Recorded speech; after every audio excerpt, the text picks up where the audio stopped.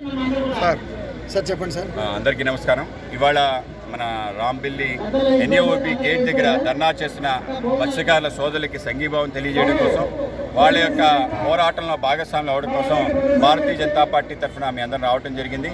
ముఖ్యంగా ఈ యొక్క సమస్యని పరిష్కారం చేసే దిశగా గతంలో ప్రయత్నం చేయడం జరిగింది. అనేక సమస్యలు ఏవైతున్నాయో ఎప్పటికప్పుడు పెరిగిపోతున్నాయి తప్ప తరగటం లేదు.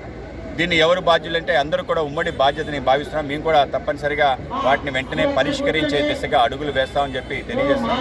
ముఖ్యంగా ఎన్ఏఓపి వాళ్ళకి ఏవైతే గేటులు క్లోజ్ చేశారో దాని కారణంగా ఎవరైతే ఇక్కడ పీడిఎఫ్ గ్రామాలు ఉన్నాయో వాటికి అవకాశం లేకుండా చేశారు. ముఖ్యంగా వార్డు నర్సాపూర్, కొత్తపాలకు సంబంధించిన ప్రజలందరూ కూడా 24 గంటలు వెళ్ళి వచ్చే విధంగా వాళ్ళకి ఆధార్ కార్డు బేస్గా లోపలికి వెళ్ళే అవకాశం ఇవ్వాలి.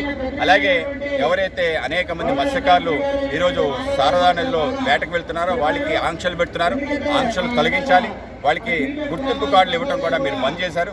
ఆ గుర్తింపు కార్డులు ఇవ్వాలి. ఏదైతే శారదా నది లోపలికి వెళ్ళడానికి మీరు నెట్ పెట్టారో దాన్ని తొలగించాలని గతంలో పోరాటం చేయడం జరిగింది. కొన్ని తొలగించారు, కానీ పూర్తి స్థాయిలో తొలగించాలని కోరుతున్నాం. డ్రెడ్జింగ్ పనుల కారణంగా ఏ గ్రామాలు అయితే ఎఫెక్ట్ అయ్యో వాటికి పరిష్కారం ఇవ్వాలని చెప్పి ఆ విధంగా ఆ సమస్యను పరిష్కారం చేయాలని కోరుతున్నాం.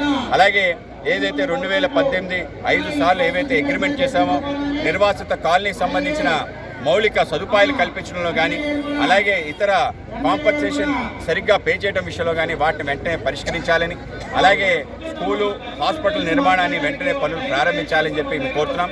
అలాగే ముఖ్యంగా రాష్ట్ర ప్రభుత్వాన్ని కోరేది ఏంటంటే, ఎవరైతే పోరాటం చేసిన ఈ యొక్క గ్రామస్తులపైన పెట్టిన అనేక కేసులున్నాయి వాటిని తొలగించాలని చెప్పి ప్రధానంగా డిమాండ్ చేస్తున్నాం. మీరు కూడా సానుకూలంగా స్పందించండి. ప్రజాస్వామ్య హక్కు, సమస్యల పరిష్కారం కాబట్టి అందరూ గొంతెత్తి నినదిస్తారు.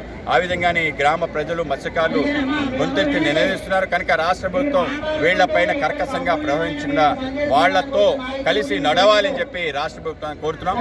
మేము తప్పనిసరిగా కేంద్ర ప్రభుత్వం దృష్టికి తీసుకెళ్లడంతో పాటు దేశ రక్షణ మంత్రిని కూడా కల్పించి సమస్యలు త్వరితగతిగా పరిష్కరించే దిశగా అడుగులు వేస్తామని చెప్పి హామీ ఇస్తున్నాం.